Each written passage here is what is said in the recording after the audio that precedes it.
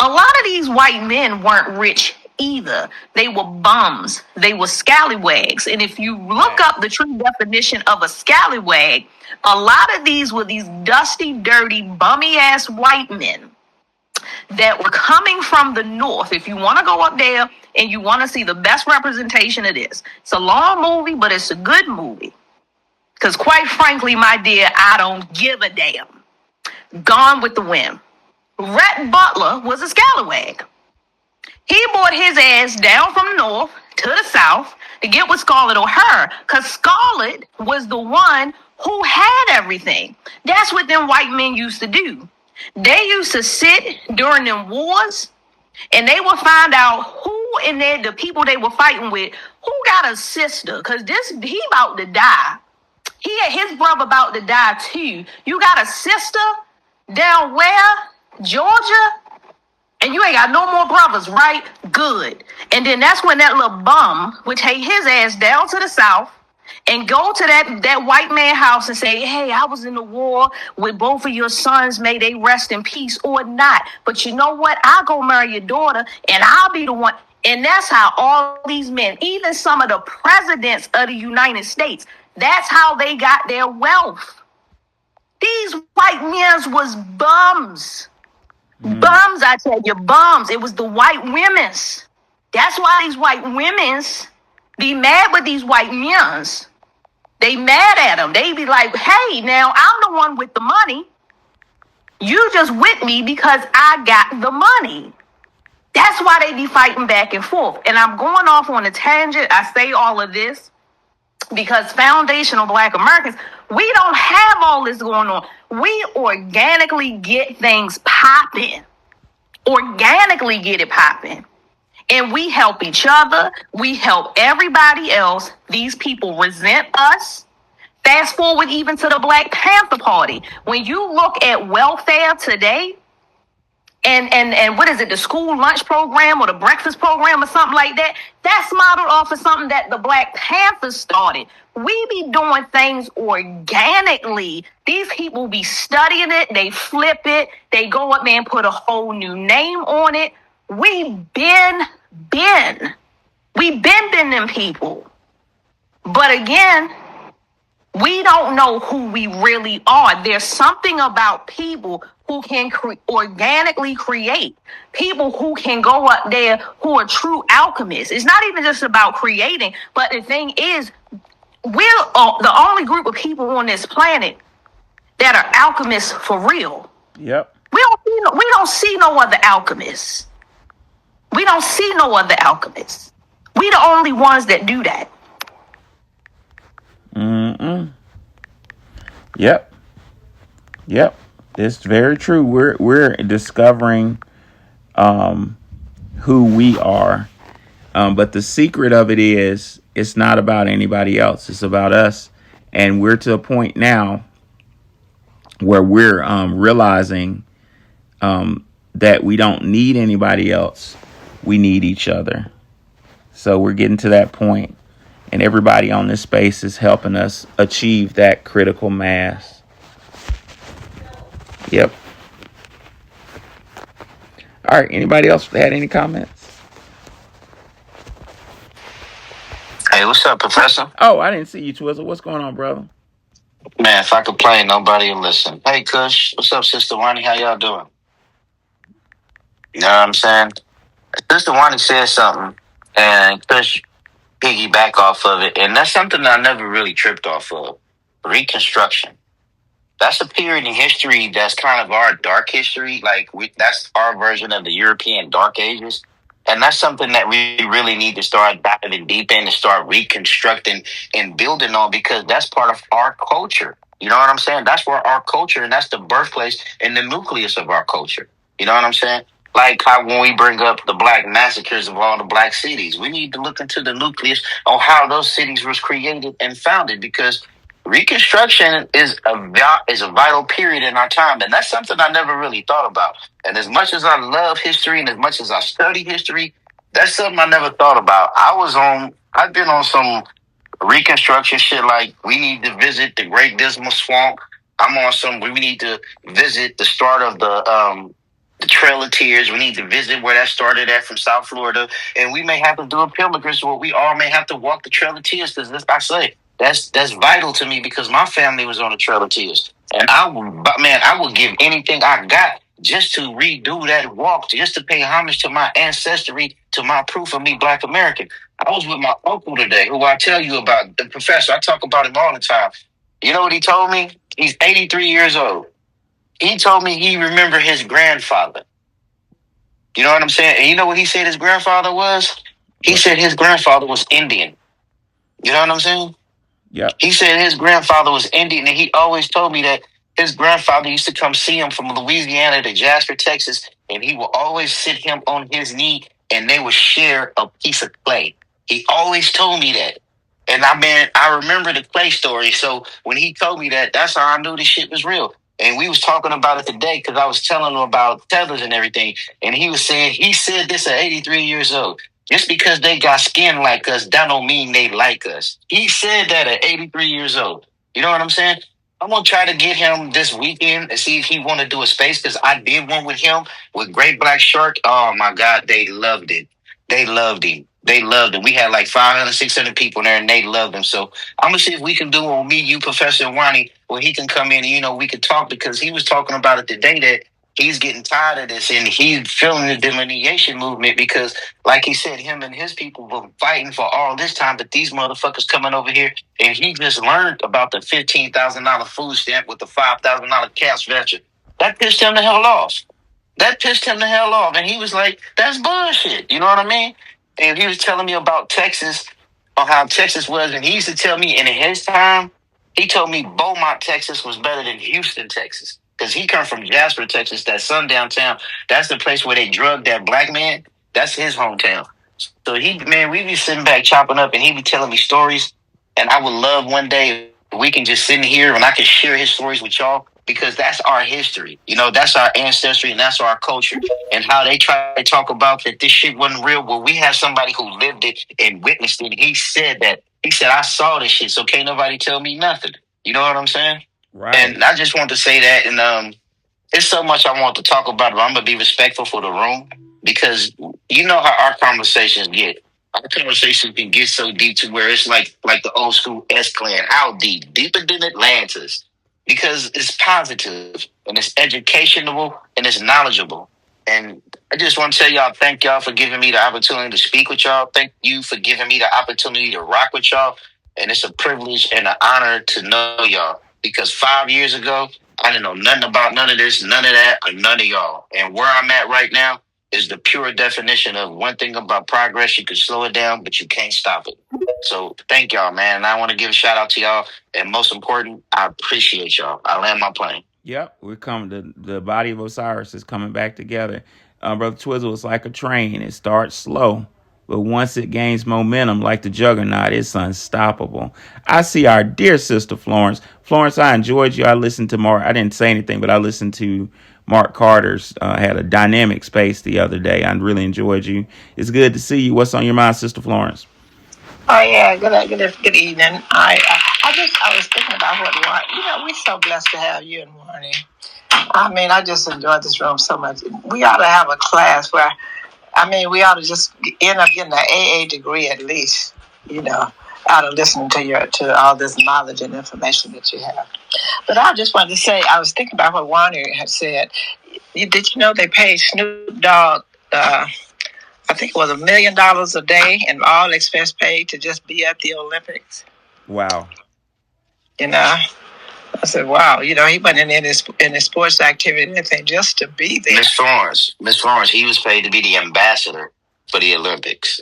And that's why they paid him. Yeah, he was supposed to be the ambassador. But hey, shout out to you, Miss Florence.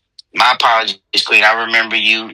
I remember we was in a space and you tried to give that lady Judge some elder wisdom, but she didn't want to hear it and she ran out the room.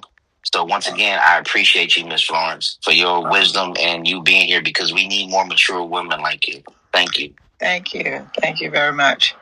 Yeah, I remember reading an article about when the blacks was set free. And all they gave him was watermelon seeds. Said, "This is all we have." You know how white people are. This supposed to be something funny. So they just took the watermelon seeds and left and went. And I don't know how they did it. It just seemed like God was with us. Or some spiritual ancestors, something happened that we were able to do all that we did. But they took those seeds and went and planted the watermelons and made so much money. And they started building. When the people came back and saw that they were building, then they got jealous. And how they, started create a big problem for them. But we are a magnificent people. We like magic, you know. And especially back in the when I read those stories, when I see those towns that we built, and when I see how the people were dressed, and they made all the clothes. Because when I was growing up, when I was a little girl, Black people were tailors. They made their clothes. Right. They made the dance suits. The women made those beautiful gabardine dresses. I mean, the style. Nobody else was wearing that. We were the fashion models. And the first time when I went to Senegal, I met two Black women that was from the South, Mississippi and Alabama, and they were designers for Calvin Klein. So we just, we have given so much. I mean, well, we just all that, And when you go to other countries, they know a lot about our history. White people in France, we was talking. They was like, they almost embarrassed me because they knew things about Black history that I didn't even know. So I'm not worried about. They know all of it too. So we don't have to worry about what somebody say about our history. Our history is just there. And the one group of people that I see that can copy us so good is the Asian people. Do you see how they dance? The little children dance. Do you hear them sing gospel? I mean, I heard them singing gospel music, and it sounds just like it. He said they could play all the music that he presented to them, but they couldn't. What do you call it? Like they couldn't do solos, and they couldn't create the music, but they could copy. They don't have. And they couldn't just freestyle. You know what I mean? Right. He was used to people doing solos and interpreting things, but they weren't able to do it. They could just copy it. Yeah, that's what I see them do, singing our song. And I know one year, I guess maybe about 10 years ago, maybe 15, longer than that, Russia requested all the Black gospel music that they could get.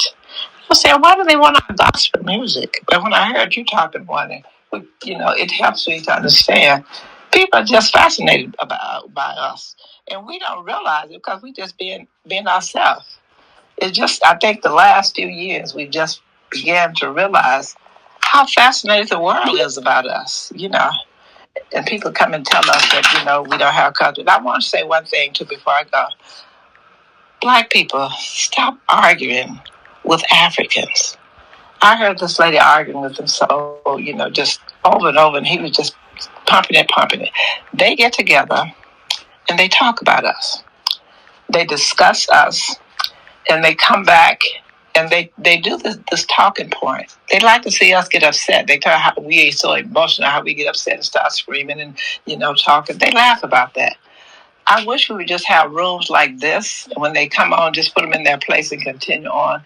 We got so much to talk about ourselves. We don't even have to argue with them. We can just talk about ourselves. And this was just such a calm conversation. It's like sitting in a room and sitting down like we used to do in the 60s and 70s. We just sit down and, talk and just shoot the breeze. This is what this room is like. It reminds me of that. This is what we need to start doing. And please stop arguing with them. They're not worth it. They're not worth your time. They like to do this on purpose to get you upset, to get you defending yourself. We don't have to defend ourselves with them. We have to defend ourselves with nobody, at least of all of them. So I thank you for this room. Always so happy to hear you. Hear this room and hear Wani and Professor and all of you. Really, I thank you so much. Oh yeah, it's always a blessing to have you, Sister Florence. All right, our last speaker of the day, unless somebody else wants to come up, will be Miss T. Take us home, Miss T. Okay, can you hear me? Yes, ma'am. Okay. Hey, I wanted. Hey, my love. I wanted to come up and say, just say that the $76,000 plus is per semester. So those students are getting over $150,000 to come to school in America, and we are paying for it. And then, Twizzle, you said something that your great uncle said when he found out about the 15,000 and the 5,000 that the illegals are getting, and he was disgusted by it, and he said it was a shame. But I asked the room, as Americans, as Black Americans, is it really a shame? Or did they see the value in their people and they forced this government to give their people the funds? And our elected officials, do they see that value in Americans, in us, to fight for us like that? And I'll land there. Yep, that's it. They saw the value in themselves and demanded it from a government. They demanded it from a place for which they. You mind if I build off that, Professor? Yeah, quickly. Because I'm from the West Coast, Go and ahead. we right on top of Mexico. Can you hear me? Yes, sir. Can you hear me? Yeah, I can hear you. Okay. And you know something, Miss T? I don't think that they see the value in them. What it is it's the racism in America, because one thing about America will sell this country out and nuke this country and bomb it before they let Black Americans have their fair share. And that's what they're doing right now. The American government is committing treason against their American people by giving foreigners, invaders, and people that's not from this land benefits and opportunities that belong to the people. They are betraying their American people. They are betraying the people who fought for this country, who built this country and helped establish this country. So that is treason.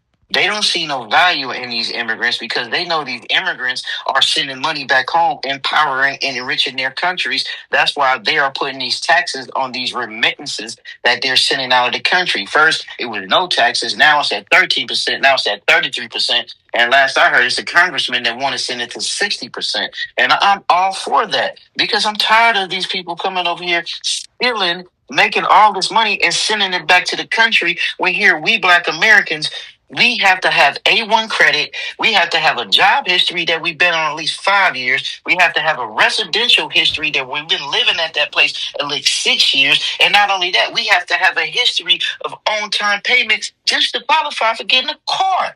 But these people coming over here over the border getting home loans. The men are getting an A1 credit or getting an automatic 60,000 to start a business. No money down. And this is kind of difficult for Americans to compete with. So that's why I say, this is no tit for tat. This is no touche, nothing. But this is what I'm experiencing, what I've been witnessing, and what I've been going through out here on the West Coast is that America, they would rather put a bullet in the heart. White America would rather put a bullet in the heart of America before they let Black Americans have their fair share. You know what I'm saying? And to me right now, as a gentleman who thinks ahead, I really think that they're sinking America because they know that there's nothing else left, and they trying to get like they can. Because they say when the ship is sinking, the rats flee, and the rats is fleeing, and they getting what they can right now because how these major corporations are falling, all these CEOs are getting these golden parachutes, and they putting all these military equipment around these strategic border points. Something is happening, and as I said, as I'm thinking ahead, I kind of think America is over with. And these white rich people, they gonna leave this motherfucker and let these foreigners come over here and take it. And they gonna leave us brothers and sisters fighting, scratching for whatever we can. I'm sorry. I apologize if I went too long and I land my plane. No, you're all good. We're going to have our last speaker, True You News. Go ahead, True You. Peace. Can y'all hear me? Yes, sir. I appreciate you for letting me speak. Thank you, Professor. Thank you, Wani. Thank you, Kush. Peace to everybody. Peace to the family. Real quick, I just wanted to say, like, to the space, the South Korean illegal migrants stealing jobs. I don't know about the stealing jobs part, but I know in the music industry, I don't know if this was said already, but I know they really are really trying to push this K-pop thing. There is a company called Hive, and they're like the giants. There's like other smaller ones too, but they're like the giants, and they actually bought QC, Lil Baby and the Migos and all their label. They bought their I don't know if they bought their entire catalog or bought them out for a time period, but I know they got some interest in QC. So it's just interesting to see, like, why does this Korean company have interest in, this black company based in Atlanta specifically, you know what I mean? And I don't know if y'all heard about that TV show they put on Netflix, that K-pop Demon Hunters and stuff. It's really, really coming at the kids, man. They trying to push this K-pop music, and like Sister Florence was saying, Mother Florence was saying, they really just want to beat us. The music sonically is no different than what you used to hear, and it's just a different face on it. And that's really what they're trying to push. They even did it, like they pushed the group 1 year. I tracked it. 1 year to be amazed, they had a whole group. The next year they broke the group up. And like this year, one of the members of the group won best whatever. But now they got this new group, same company, Hive. They got this new group called Cat's Eye, and the lead singer is a young woman of African descent from Switzerland. I think her dad is like from Africa and her mom is maybe from Switzerland or something. But she's the lead singer, so it's like that don't got nothing to do with Korea at all. You know what I'm saying? So it's just interesting to see that. And I just wanted to say, I'm from Pittsburgh, Pennsylvania. I'll land with this. If y'all don't know about the history of Pittsburgh, man, it's definitely worth a study. We had a black Mecca in Pittsburgh. It was called Wiley Avenue, and it had everything you could think of, all the mom and pop shops, everything. The Duke Ellington and all of that used to go and perform up there. If you can remember the baseball teams, there was a whole first ever black owned baseball field over there and everything, professional field, and they tore it all up. They tore it down just to build a stadium. And now most people think that they tore the stadium down. They tore these houses down, displaced 8,000 families, and made them move to different parts of the area, black families. And they think they tore it down for the Penguins, the Pittsburgh Penguins, but they actually tore it down to build the arena. They built the arena originally for an opera group. Kaufman, if y'all remember the store Kaufman's, the guy, I don't know his name, he commissioned this building to be built for this opera group. And if you remember, and like I said, study Black Pittsburgh, because the oldest black opera house, the oldest in the whole entire world, I believe, not just the country, the oldest black opera house in the whole entire world is still in Pittsburgh. It's in the neighborhood Homewood. You can walk down the street and go see it and stuff like that. So, and some sisters are preserving it right now. So, they tore that out. So yeah, we've had all of those accomplishments, and we've had the safety nets ready for a time like right now, and they're just afraid of it. So I'll land with that. And thank you for letting me speak.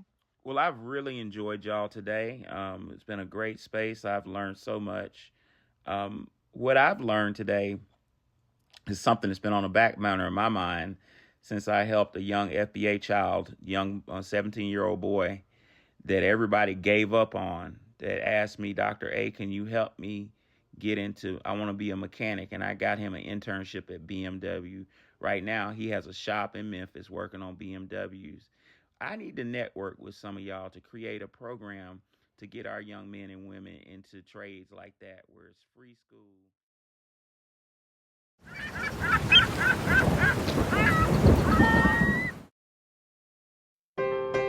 Black students, we need to know our history. The black history we're being taught in public schools is repetitive. As a black high school student, I want to learn more about my history in the school books. We need to update our books. As black American students, we deserve an accurate depiction of what black history truly is. I want to see myself in these textbooks. In the public school system, black history is vague. Why don't the school books ever talk about the Freedmen's Bureau? I created the workbook for the African American family. This book helps fill in the gaps that the school books don't. Purchase the workbook for the African American family on ourstorypublications.com and use the Cash App, $Our Story Publications.